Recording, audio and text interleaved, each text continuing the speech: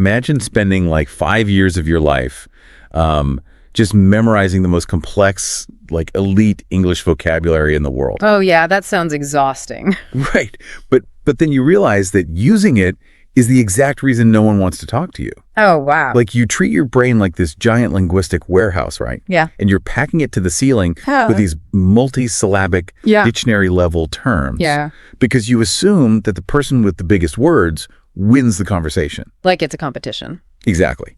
But then you step into the real world and that entire strategy just completely collapses. Well, it's the ultimate linguistic paradox, really. I mean, the closer you get to true mastery, the less you actually need to show it off. Right. We're so conditioned to view language proficiency as this mountain where the peak is just, having the most obscure vocabulary at your disposal. Oh, absolutely. Because we love measurable metrics, right? We do. We want a number. Exactly. Yeah. Memorizing 1,000 highly complex words, it feels like an objective level up. Right. It feels like progress. Yeah. But as the source material for today's deep dive reveals, sounding truly advanced often means knowing exactly when to stop sounding like a textbook. Yeah. And the source we are pulling from today is really fascinating. It is. It's an excerpt from an advanced audio masterclass, and it's specifically designed for learners pursuing the absolute pinnacle of English fluency. Which is the C2 level, right? Right, exactly, the C2 level. But the mission of this material isn't just to hand out another list of 10 big words to make you sound smarter in a meeting. No, definitely not. It's exploring this sociolinguistic concept called register. Register, yeah. Right. And so whether you are actively learning a second language or, even if you're a native speaker trying to figure out why your work emails aren't landing. Oh, yeah, we've all been there. Right. Well, mastering these linguistic gears is the secret to building instant rapport. Yeah. And the masterclass frames this perfectly. Yeah. Communication is entirely about human connection. If your vocabulary is actively creating a barrier to that connection, well, then your supposed mastery is actually a massive liability. That is so true. A massive liability. Right. And the text zeroes in on register, which is essentially like the level of formality and the specific vocabulary you use based on the social setting you find yourself in. Depending on the room. Exactly. True C2 mastery isn't about the sheer size of the vocabulary you possess. It's about your situational adaptability. Right.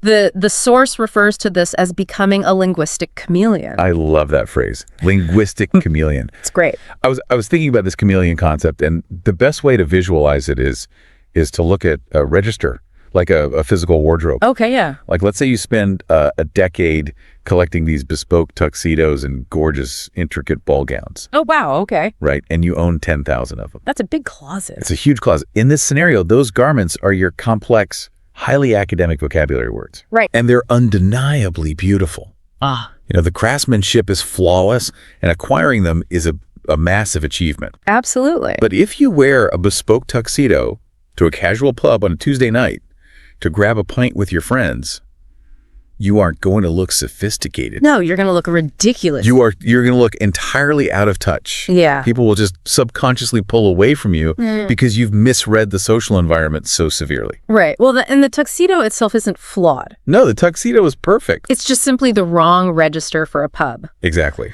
To be a linguistic chameleon, it means possessing the situational awareness to sound like a seasoned, highly respected academic when you are pitching to investors in a boardroom. Right. And instantly shifting to sound like a completely approachable, relaxed local when you move to the pub afterwards. Yeah. It demands that you read the room. Which is hard. It is. You are constantly evaluating the social dynamics, the unspoken power structures, the level of intimacy with the listener, and then selecting the precise linguistic outfit from your wardrobe. Which is infinitely more demanding than just drilling flashcards. Oh, definitely. And this raises a huge red flag for how we actually train ourselves to learn. Right.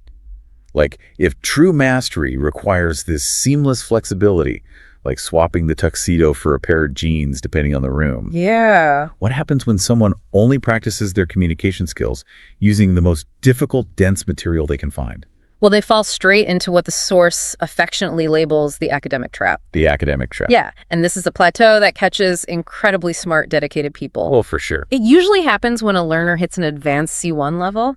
They got there by doing exactly what good students are told to do. Right. They followed the rules. Exactly. They read dense literature, they consume academic papers, they study high-level news articles from like The Economist or the Wall Street Journal. Yeah, they're studying real robust language. Right.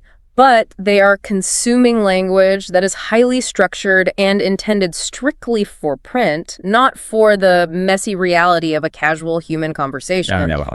And the result is that their spoken language becomes incredibly rigid. Right. The text points out that it becomes overly Latinate, relying heavily on these long, complex words derived from Latin and highly formal. So they sound like textbooks. Exactly. They end up sounding less like real people and more like walking, talking textbooks. It's a heartbreaking irony, though. It really is. Because you've put in thousands of hours to learn all the right words, yet the way you deploy them actively prevents you from connecting with people. Yes. Let's look at the specific examples the source provides, because the friction here is just palpable. Oh yeah, the friction is real. The text highlights how jarring it is when advanced learners use formal transition words in casual, intimate settings. Right. So imagine you are sitting at a coffee shop chatting with a friend about your weekend plans, and your friend suddenly drops a furthermore. Oh my gosh.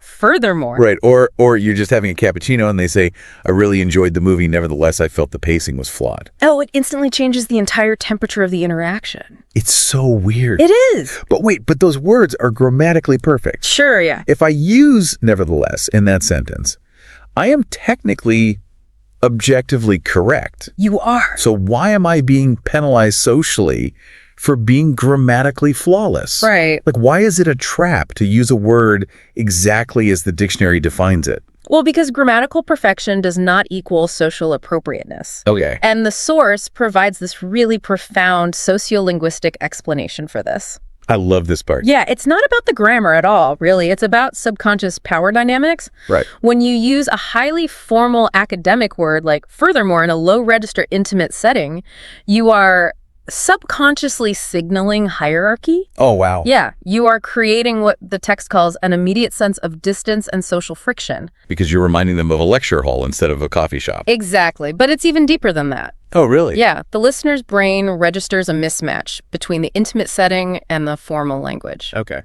Subconsciously, the listener feels like you are choosing to speak down to them. Oh, man. Or at the very least, holding them at arm's length. Yeah. It triggers a micro threat to their social standing, which is why they instinctively pull away. So it feels like an insult even if you don't mean it. Pretty much. You can construct a sentence that scores 100% on a proficiency exam. But if it alienates the human being sitting across from you, it is a catastrophic communicative failure. A catastrophic failure. Yeah. That completely shifts the goalposts for what it means to be an effective communicator. It really does. Because if dropping a furthermore or nevertheless creates all this invisible social friction in casual speech, how do world-class communicators navigate this? Right. Because they don't lose their advanced status. They still sound incredibly intelligent and articulate. Well, the source reveals a specific antidote to the academic trap. Okay, what is it? It's distilling that high-level logic into highly idiomatic, natural spoken English. So making it sound natural. Exactly. A truly masterful speaker recognizes the friction of a word, like furthermore, and they instinctively swap it out for something organic. Like what? Like, on top of that, or what's more. Oh, okay, on top of that. Right. But the underlying logic remains completely intact. Because you are still adding a supporting point to your argument. Yes. But the hierarchical friction is entirely erased. Exactly. And instead of dropping that heavy nevertheless into a chat, they deploy a phrase like, having said that, or even so. Right. Having said that. It accomplishes the exact same cognitive task, but it frames the interaction as a peer-to-peer conversation rather than a dissertation. I see. And the text provides a brilliant comparison that highlights the difference between being pedantic and being natural. Oh, I know the one you mean. Yeah, they describe this intermediate learner who has just acquired the word commence. Commence. Which is a very formal, somewhat archaic word for daily speech. Very formal, yeah. But the learner is thrilled to use it right. So they look at their colleagues in a standard Tuesday morning check-in, and they say, shall we commence the meeting? Oh, my goodness. It sounds like they are holding a wooden gavel. Yeah, it's a bit much. Grammatically immaculate, sure, Yeah. but terribly pedantic. Absolutely. A C2 speaker, someone operating at that peak level of fluency, They would bypass the big word entirely. Right, they'd opt for something visceral and say, shall we kick things off? Or let's get the ball rolling. Exactly. And this brings us to what the source considers the massive revelation for language learners. This is huge. It is. Phrasal verbs, phrases like kick off, bring up, figure out. These are the absolute lifeblood of fluent conversational English. The lifeblood. Yes. The irony is staggering when you think about it. Totally. Because you have this army of dedicated learners who genuinely believe that sounding advanced means constantly deploying multisyllabic, sophisticated Latin-based vocabulary. Right. They think the goal is to say commence and ascertain, because that's what looks difficult on a written exam. Yeah, they're chasing points, basically. Meanwhile, the native speakers and the truly advanced C2 communicators are using phrasal verbs precisely to soften their speech. They use these shorter, often Germanic phrases to sound accessible, to actively remove the hierarchy from the room, and to build a bridge of familiarity to the listener. Because it takes the sharp academic edges off the interaction. Exactly. And the text breaks down a few more of these crucial verb swaps. Yeah, they're really helpful. Like in natural conversation, you don't declare that you tolerate a bad situation at work. No, you tell your friend you put up with it. Right. Because tolerate sounds like a clause in a legal contract. Yeah, it's very cold. But put up with it, it sounds like you were actually venting your frustration. It has emotion. Yes. Yeah. And you don't ascertain the facts of a situation. You just figure them out. Figure them out, yeah. But a common pitfall here is the overcorrection. What do you mean? Well, a learner might hear this and think they need to take all those beautiful, sophisticated words. The tuxedos. Right, the tuxedos in their linguistic wardrobe and just throw them in the incinerator. Well, no. But the secret isn't abandoning your elevated vocabulary. It's calibration. Calibration. Yeah. Let's dive into this concept of calibration. Yeah. Because the source identifies this dynamic shifting as the true hallmark of a world-class communicator. It really is. If we go back to the wardrobe calibration, is just having the social awareness to look at your calendar, see that you have a formal gala to attend, and deliberately choosing to wear the tuxedo. Right. Elevated lexicon absolutely still has a vital place. Oh, definitely. Like if you are delivering a formal presentation to stakeholders or you find yourself in a high-stakes corporate negotiation, you must utilize that elevated register. You have to. You don't walk into a board meeting with venture capitalists and say, hey guys, let's figure out how to stop blowing our Yeah, cash. Joe, that would be a disaster. In that specific context, you are required to project authority, precision, and respect for the gravity of the room. Right. So as the source suggests, you deploy the formal register.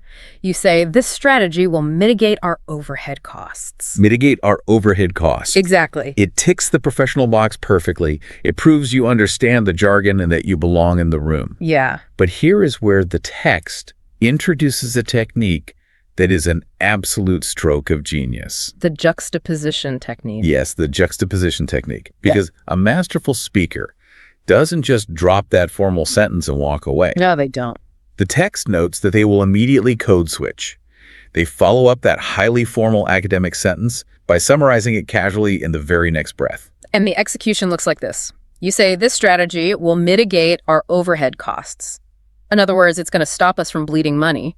Oh, that juxtaposition is brilliant. It really is. You satisfy the formal requirement, mitigate overhead costs, which establishes your professional competence. But you instantly build this visceral rapport with the room by using bleeding money. Because mitigate overhead costs is an abstraction. It's a spreadsheet concept that lives in the prefrontal cortex. Yes, exactly. But bleeding money is something every single person in that room instantly feels in their gut. In their gut, yeah. It's a masterful communicative maneuver. It really is. By juxtaposing the two registers, you satisfy the expectations of the corporate environment, but you guarantee that comprehension and engagement are at 100%. Yeah. Because this dynamic shift is the ultimate tool. It positions you not just as the smartest person in the room, but as the most accessible expert in the room. Oh, I like that. You are proving that you don't need to hide behind big words to make your point. Wow. But here's the terrifying part about this social friction. It's not just happening in boardrooms or coffee shops. No, it's everywhere. I'd argue it's 10 times worse when you can't even hear the person's tone of voice. Oh, you mean in writing? Yes. The text makes a hard pivot to the written word, specifically emails and highlights, that this exact same register calibration is required when staring at a screen. Absolutely. Because the modern workplace has completely blurred the lines of register. Really? We are constantly navigating between formal emails, casual Slack messages, and video calls. All in the same hour sometimes? Oh, yeah. And the source provides a very clear comparison to illustrate how this goes wrong. Okay. So imagine drafting an email to a brand new prospective client. The register dictates formality. So you write, I am writing to inquire regarding. Which is perfectly calibrated. Right. You're establishing a new professional boundary. Yeah. You're signaling respect. Exactly. But the text contrasts that with sending a message to a close colleague. Okay. Let's say you've worked with this person for 5 years. You sit next to them. You probably get lunch together. Right. If you suddenly send them an email or a Slack message that says, I'm writing to inquire regarding the project, it sounds completely bizarre. It sounds robotic. A C2 level communicator intuitively drops the register and writes just touching base on or following up on our chat. Right. And the psychological insight the source offers here is incredibly sharp. Oh, what is it? Why is it so jarring to receive a formal message from a work friend?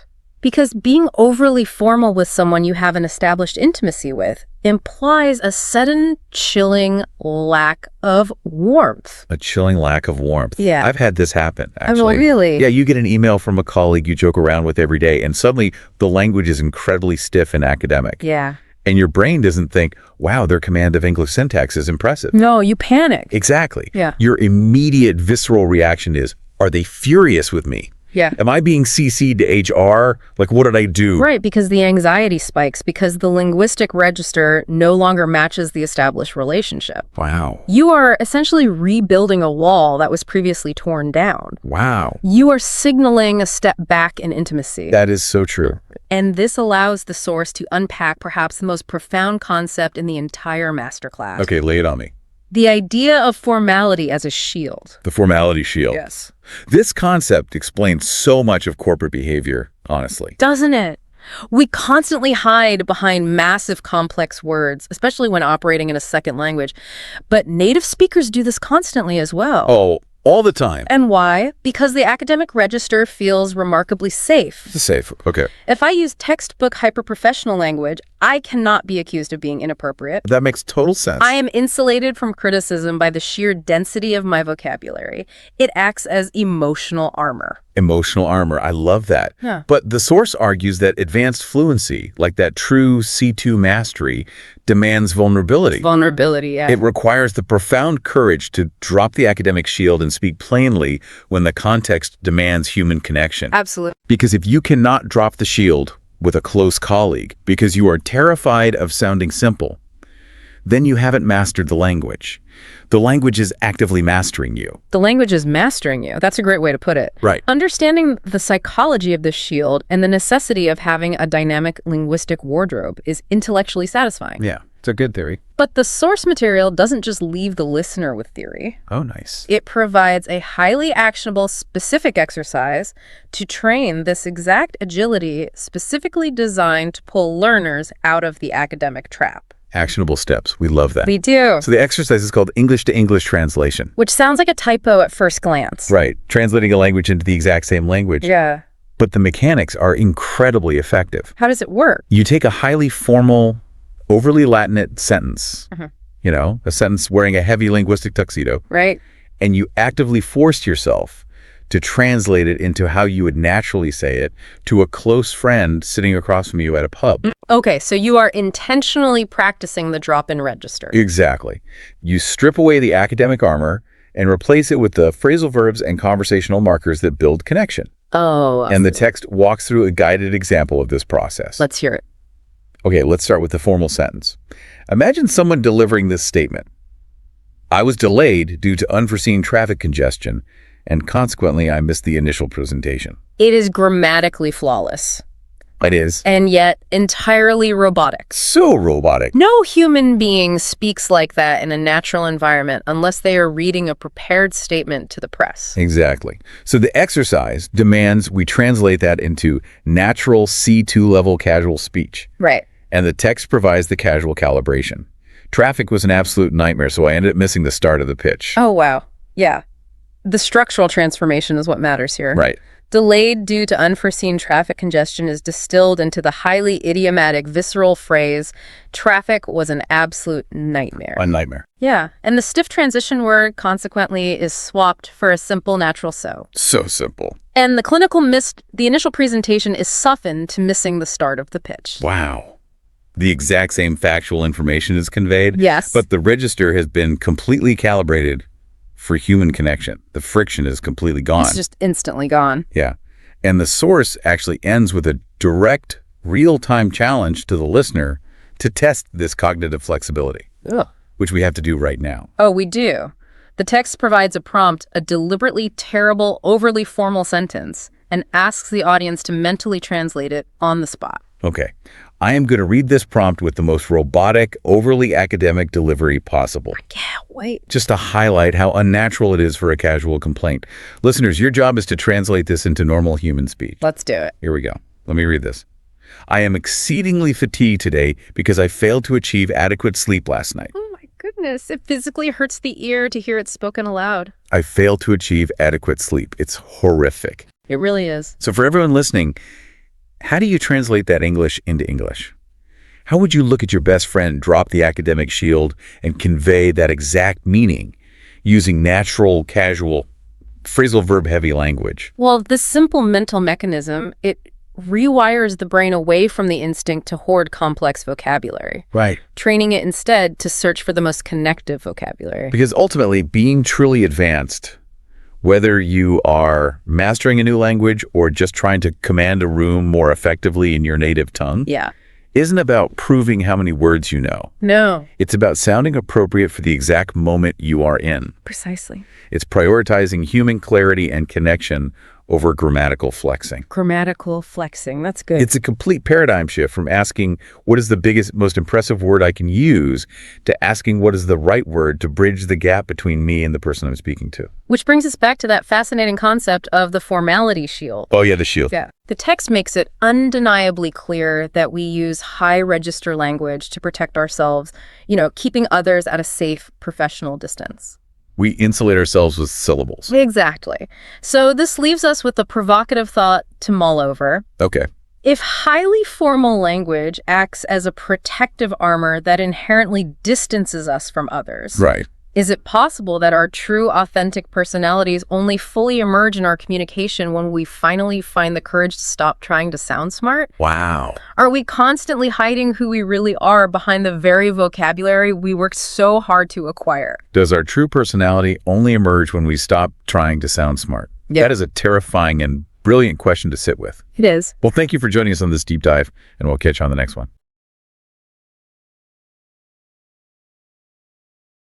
Usually when we talk about mastering a new skill, right, like learning a language, Right. Yeah. there's this expectation of a mathematical progression. You learn the vocabulary, you memorize the grammar rules. The building blocks. Exactly. You stack the building blocks, and then eventually, boom, you achieve fluency. Yeah, you reach the top of the mountain. Right. It feels like a very clean, logical equation. It does. And I mean, it is highly quantifiable on paper. Yeah. You take a standardized test, you get a score. Right. You get a little piece of paper. Yeah, you hold a certificate that says, you are a proficient speaker. And that tangible proof provides a great deal of comfort for people. Oh, totally. Because human beings generally, we prefer communication to be visible and categorized. Predictable. Predictable, exactly. But then you step into the actual, messy, real-world landscape of advanced English. Oh, yeah. Specifically in British and North American cultures, right? And suddenly that clean equation just completely falls apart. It evaporates. It really does. Because you can be standing in a room, engaged in a conversation, where you understand every single vocabulary word being spoken. Mm-hmm. Like you parse the syntax absolutely flawlessly. Yeah. And yet You still miss it. you completely and utterly miss the actual message the person was trying to convey. Yeah. We are dealing with the absolute definition of what linguists and communication analysts call semantic dissonance. Semantic dissonance. Right. It is this massive, sometimes completely treacherous gap Right. between what is explicitly said out loud Right. and what the speaker actually intends for you to understand. Okay, let's unpack this. Because communicating at a native or C2 level isn't just about, absorbing a larger dictionary. No, it reminds me of looking at the green scrolling code in the movie The Matrix, Oh, that's a great analogy. Right. You aren't just looking at the surface level vocabulary glowing on the screen. You have to train your brain to see the invisible structures, the hidden agendas, the cultural rules holding the entire conversation together. You have to see the lady in the red dress. Exactly. So our mission for this deep dive is to decode that subtext. We need to figure out how to read this invisible language, starting with, why it even exists in the first place. Well, the why basically comes down to a profound, almost structural indirectness built into North American and British cultures. Okay. True intentions are consistently wrapped in this thick, protective veneer of politeness. Like bubble wrapped. Yeah, exactly like bubble wrap. Yeah. Because the fundamental driver here is conflict avoidance. Right. Nobody wants to fight. Right. In these cultures, sudden directness is very frequently perceived as aggression or just, a lack of refinement. Yeah, it's jarring. It is.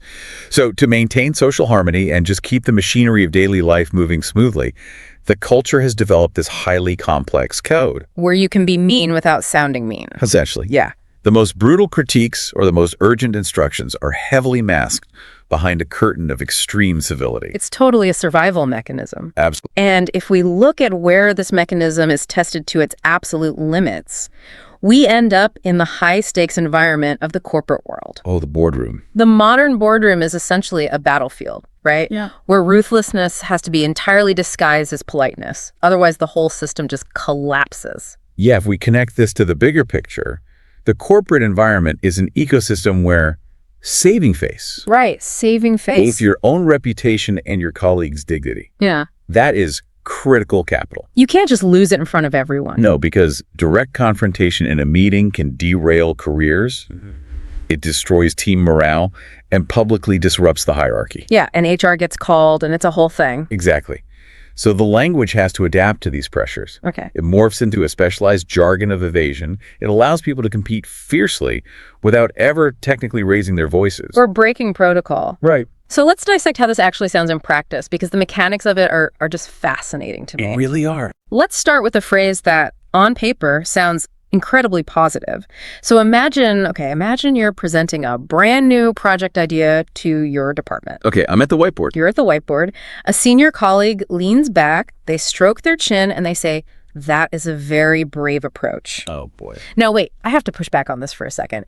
Isn't brave or courageous like a massive compliment? You would think so. Right, because I immediately picture a knight drawing a sword and facing down a dragon. Yeah, sure. If someone said that to me, my first instinct would be to assume I just proposed the most heroic, innovative idea of the entire quarter. And that assumption is exactly the trap of semantic dissonance. Oh, man. It relies entirely on the literal dictionary definition of the word. Yeah. But in this specific cultural and corporate context, Yeah. if a British or American colleague calls your idea brave, they absolutely do not think you are a hero. They don't. No.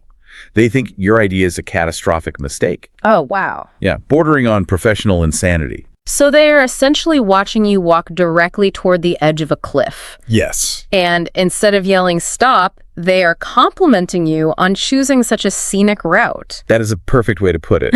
The subtext running beneath that polite vocabulary that is incredibly risky, and it is bound to fail. But they don't want to say that out loud. Exactly.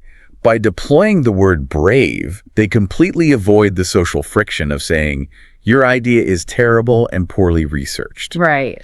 They shift the burden of realizing the danger entirely onto you. Oh, that's sneaky. It is, because if the project fails, they can always say they warned you. They said it was a brave undertaking. So they preserve their own polite standing while simultaneously washing their hands of your impending disaster. You got it. It is brilliant, but it is chilling. Very chilling. You're left entirely on your own without even realizing you've been abandoned. Yeah. And that mechanism of self-preservation leads us right into another infamous phrase. Okay, what's this one? Well, this one is less about washing their hands of your idea and more of a targeted verbal assassination. Oh, I think I know where you're going. I am talking about the classic, with all due respect. Oh, yes. What's fascinating here is the linguistic paradox at play. Yeah, break that down. You are looking at a speaker deliberately using highly respectful, formal syntax With all due respect. to deliver a completely ruthless critique. Because when someone prefaces a statement with that phrase, they are fundamentally bracing you for the fact that they're about to show you absolutely no respect at all. Right. It feels like a rhetorical shield. It is. You hear those 4 or 5 words, and the tension in the room instantly spikes because everyone knows what follows is going to be a total dismantling of whoever just spoke. Yeah, the literal translation is an offering of deference. But the brutal, honest translation is, you are entirely wrong, and I am about to tear your argument apart. Wow. It functions almost like a legalistic disclaimer in a social setting. How do you mean? Well, the speaker is establishing a premise. They're saying, Okay. I have fulfilled my cultural obligation to be polite by uttering this specific introductory clause. Check the box. Right. That clause now grants me the social license to completely obliterate your position without being labeled as the aggressor. It is literally a loophole in the politeness contract. Exactly. But even if you survive the brave feedback, Yeah. right, and you navigate the due respect critique, Yeah. there is a third trap in the corporate arena that I think is the most insidious because it creates a total illusion of agreement. Yeah. It is the phrase, I hear what you're saying. Oh, man. Yeah. Right. Because if I'm a non-native speaker, or honestly just someone who takes people at their word, Sure. I am feeling incredibly validated in that moment. I'm thinking, great, they understand my perspective. My voice is being heard and valued in this meeting. But an advanced speaker, however, someone who is fluent in this subtext, they know that there is a silent, invisible second half to that sentence. What's the second half? Well, I hear what you're saying is merely a biological acknowledgement that sound waves have successfully exited your mouth. And entered their ear canals. Right. The unspoken continuation of that phrase is, but I am going to completely ignore your input and proceed with my own plan. Oh, that is so rough. But it's a masterclass in diffusing immediate conflict, isn't it? It is. Because they ostensibly acknowledge your input in front of everyone, which takes the wind out of your sails if you were, gearing up for a debate. Right. You can't really argue with, I hear you. Right. While committing to absolutely zero changes in their actual behavior. Exactly. It shuts down the current conversational thread while allowing everyone to keep their dignity intact. So smart. And the structure of this subtext is somewhat predictable in a boardroom because it revolves around clear hierarchies and risk management. That makes sense. But the moment you leave the office and enter casual social interactions, Oh boy. you are dealing with a wild, entirely new set of unwritten rules. The stakes change. Right, where the stakes are less about quarterly profits and more about navigating community relationships. Yeah, the office has a rhythm, but neighborhood sidewalks and coffee shops, they are completely covered in social landmines. They really are. Let's talk about what I like to call the linguistic smoke bomb. Okay. We've all experienced this scenario. You run into an acquaintance on the street, maybe someone you used to work with or a neighbor you only sort of know. You chat for a few awkward minutes. The conversation naturally runs out of steam. As it does. Right. And as they start to physically angle their body away from you, they hit you with, we should definitely get coffee sometime. Let's touch base next week. Oh, the coffee trap. This causes an immense amount of anxiety for language learners. Or really anyone not steeped in this specific cultural pragmatics. Because they take the words at face value. Yeah. They go home, look at their calendar, and eagerly await a text message on Monday to finalize the time and place for this coffee date. And Monday comes and goes, Tuesday comes and goes, total silence. Because it wasn't a real invitation. It is a smoke bomb. You throw it on the ground to temporarily blind the person with politeness while you disappear around the corner and just get on with your day. Exactly. The academic term for this is a socially lubricated exit strategy. Wow. Socially lubricated exit strategy. Right. In Angle culture, stating we should get coffee sometime is very frequently not a binding social contract. So how do you know? Well, the key indicator that tell us is the lack of specifics. Oh. If no exact day, time, or geographic location is proposed in that same breath, the phrase has been entirely emptied of its literal meaning. It's just air. Yeah, its subtextual meaning is simply, I harbor no ill will toward you, but I have exhausted my capacity for this small talk, and I'm currently ending this interaction. It's a polite brush off. It is. I mean, it saves us from the harshness of looking at someone and saying, well, I have nothing left to say to you. Please step aside so I can walk to the grocery store. Right. Relying on these conversational formulas saves us from the profound discomfort of abrupt endings. Yeah. But social subtext isn't just restricted to the words we choose to say or the specifics we conveniently leave out. No. No, it is deeply, inextricably intertwined with physical cues. Okay. This brings us to a scenario that is practically a rite of passage for anybody spending time in the US or the UK. The physical eviction notice. Oh, yes. So we've moved off the street and into someone's actual living room. You are visiting a British or American home. You've had dinner, maybe some tea. The conversation is winding down. Right. And then the host engages in a very specific, almost choreographed set of movements. Here we go. They place their hands flat onto their own thighs, usually with a very audible slap. Very important. They let out a long sigh and they say, right then, or maybe, well, I suppose. It is the universal, undeniable signal for eviction. It really is. The physical action completely overrides the ambiguity of the spoken language. Because if we isolate the words, right then could technically mean anything. Right. It could mean, right then, let's play a board game. Or, right then, let's open another bottle of wine. Yeah. But when those words are combined with the thigh slap and the deep exhale, the host is not starting a new topic. They are politely, but firmly, informing you that the evening's festivities have concluded. And it is time for you to gather your coat and vacate the premises. Exactly. And the agony of missing this cue is just palpable. Like if you see the thigh slap, you hear the right then, and you just settle deeper into the couch cushions and you ask how their gardening is doing. You have fundamentally broken the unspoken contract of the evening. You really have. Because you're forcing the host into a corner. They now have to escalate to actual directness to get you to leave, which, as we established earlier... You're culturally horrifying for them. Horrifying. They will likely just silently suffer, suppress their exhaustion, and pretend they are thrilled to talk about their tomato plants for another hour. While screaming internally. Oh, absolutely. Mm-hmm. But this intersection of sound and physical movement highlights something crucial about semantic dissonance.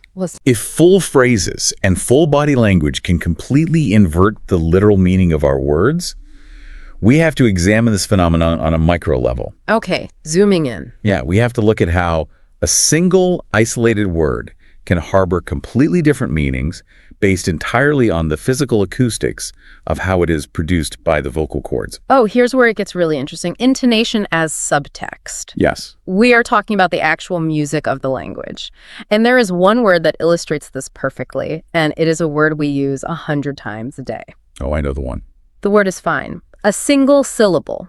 But depending on how you sing that syllable, it contains multitudes. It does? Let's actually act these out, because hearing the acoustic difference is the only way to grasp the subtext. Okay, let's do it. Let's start with the baseline. Give us the first variation. Okay, the first is short, crisp, and neutral. Just fine. Okay, if a native speaker delivers that crisp, uninflected fine, the literal meaning and the subtext are perfectly aligned. So they actually mean it. Yes. It implies actual, genuine agreement. The subtext is, yes, that works for me. The decision is made. Let us move forward. Nice and easy. But then we hit the second variation. Okay. This one has a descending pitch, and it is noticeably elongated, like fine. Notice how the mere elongation of the vowel fundamentally alters the semantic reality of the word. It totally changes it. The speaker is no longer in true agreement. The subtext here implies reluctant submission. Like they're giving up. Yeah. They are technically agreeing to the course of action, but they want you to know that they are unhappy about it, they think it is a bad idea, and they are only conceding to end the conversational exhaustion. It is the verbal equivalent of dragging your feet across the floor. Exactly. You know, you are moving forward, but you are creating as much friction as possible. Right. But even that is leagues better than the third variation. Oh, boy. This one is sharp, clipped, abruptly cut off, and usually delivered at a noticeably higher pitch. Fine. Okay, at this point, the literal dictionary definition of the word has been entirely obliterated. Gone. Completely gone. When a speaker uses that sharp, high-pitched fine, they are absolutely furious. Yeah, you need to run. You do. The situation is the furthest thing from acceptable. It is a massive acoustic red flag signaling emotional distress or deep anger, heavily disguised behind a word that literally means satisfactory. It is incredible to think about the cognitive load this requires. I mean, a single syllable. And depending on whether you stretch it out like a rubber band or snap it off like a twig, Yeah. it means, yes, I surrender, or I am about to declare war. And when you reach the point where you can instinctively differentiate between those three variations, you have reached the zenith of auditory comprehension. Yeah. You are no longer just listening to the lyrics of the language. You're listening to the music. Exactly. You are, as the Japanese idiom wonderfully describes it, you're reading the air. Reading the air, I love that. Yeah, you are detecting the emotional frequency vibrating behind the raw data of the words. So if you're listening to this right now and suddenly hyper-analyzing every conversation you had today. Which is easy to do. Totally. Wondering if that coffee sometime was a smoke bomb, or if your boss thinks your new idea is brave, you are probably wondering how to actually practice this. Right. Because you can't exactly pause a real-life conversation at a dinner party and ask, wait, was that a thigh slap of eviction or just a thigh slap of joy? No, you definitely cannot do that. And that is the ultimate challenge of application. Right. You need a safe laboratory to become a subtext detective, a place where you can study these interactions without the risk of ruining your own real-world relationships. So where do we find that? Well, the most effective laboratory for this is actually high-caliber television. Oh, TV. Yeah. Specifically, corporate or social dramas or sharply written comedies that rely on awkwardness. Okay, so shows like Succession, The Crown, or The Office are perfect for this. Absolutely perfect. Because Succession is practically a masterclass in billionaires using dense corporate jargon to threaten each other's livelihoods while wearing tailored suits. And The Crown is entirely focused on the British upper class repressing their actual emotions beneath crushing layers of hyper-polite protocol. Exactly. And The Office is just brilliant at showing the agonizing fallout when someone completely misses the social subtext. Poor Michael Scott. Right. But how do we use them? Well, the method to extract value from these shows is highly intentional. You don't just watch passively. No. You keep a notebook handy. When a character speaks, especially during a tense negotiation in Succession or an awkward dinner in The Office, you pause the screen, hit pause, and actively identify the hidden agenda. The mechanics of this exercise are so great. You basically draw a line straight down the middle of the page. Right. On the left side, you transcribe the actual literal dialogue, the polite veneer, what they said out loud. And on the right side, you write down the brutal, honest translation, the subtext. So on the left, you write, I hear what you're saying. And on the right, you write, I am ignoring you entirely. And doing this repetitively trains the brain's pattern recognition. Yeah. And the reason this matters, the profound social advantage you gain from this, is that mastering this skill saves you invaluable time and energy. So much time. It prevents embarrassing miscommunications, where you show up at a cafe for a meeting that was never meant to happen. The dreaded Tuesday coffee alone. Right. And, most importantly, it equips you to navigate both the ruthless politics of a corporate hierarchy and the delicate, unspoken dynamics of neighborhood friendships. It's survival gear. It really is. You are no longer flying blind in the culture. You finally have access to the radar. It really is like unlocking a superpower. You are suddenly fluent in the language beneath the language. Yeah. And speaking of testing those newly acquired superpowers, there is a classic, universally dreaded scenario that perfectly encapsulates everything we've talked about today. I'm ready. And I want to extend it as a challenge directly to you listening right now. It is the ultimate test of the subtext detective. Okay, here's the scenario. Imagine you open your inbox tomorrow morning and you have an email from a colleague. The very first line sitting right at the top of the screen starts with, as per my previous email. Oh, wow. Just hearing that phrase makes my blood run cold. It's terrifying. It is so impeccably polite on the surface, right? Yeah. They are merely referencing a past communication, keeping the paper trail tidy. Sure, on the surface. But we all know the scorching, passive-aggressive subtext screaming through the pixels there. Oh, absolutely. It is the corporate equivalent of tapping a heavy sign with a ruler. Yes. It translates to, if you had bothered to exercise basic reading comprehension on the words I already sent you, we wouldn't be having this wildly unnecessary conversation. It is the flawless weaponization of professional courtesy. Weaponization, yeah. They're delivering a sharp, undeniable rebuke. But because they used standard administrative phrasing, HR can never penalize them for it. Untouchable. Which brings me to a final lingering thought I want to leave you with, something to chew on after this deep dive is over. Let's hear it. We have spent this entire time unpacking how profoundly British and North American cultures rely on the music of language. Right. The specific pitch of a word, the elongation of a vowel, physical cues like slapping your thighs or angling your body toward the door. To convey their actual face-saving meaning. Exactly. The entire invisible architecture of the conversation relies on auditory and physical presence. Yes, it requires you to be there. Right. So here is the provocative thought to take with you.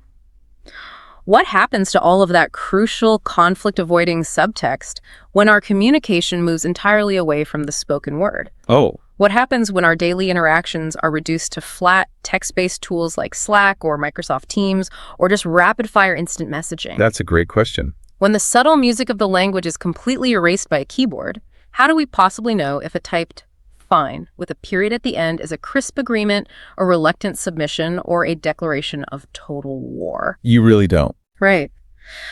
Are we destined for an era of endless, catastrophic miscommunication, or will we inevitably invent an entirely new, invisible language just for the screen? I mean, we are navigating that linguistic frontier in real time, and the rules are being written as we speak. They really are.